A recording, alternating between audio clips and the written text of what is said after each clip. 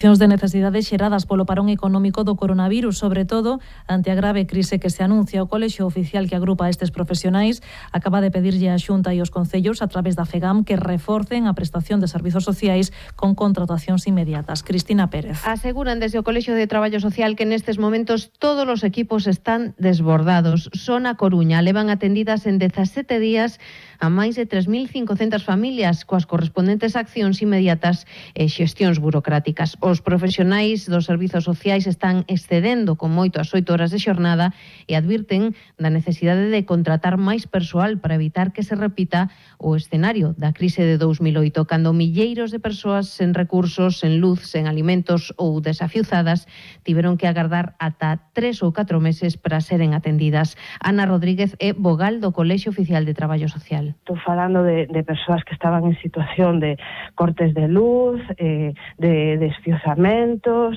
de non ter para cubrir as necesidades máis básicas de que comer ao día seguinte, se estableceron listas de espera de 3 meses para ese tipo de casuísticas. Entonces non queremos que isto volva a acontecer por segunda vez. O Colexio de Traballo Social insta a Xunta que coordine cos profesionais do sector as medidas e axudas sociais que se adopten.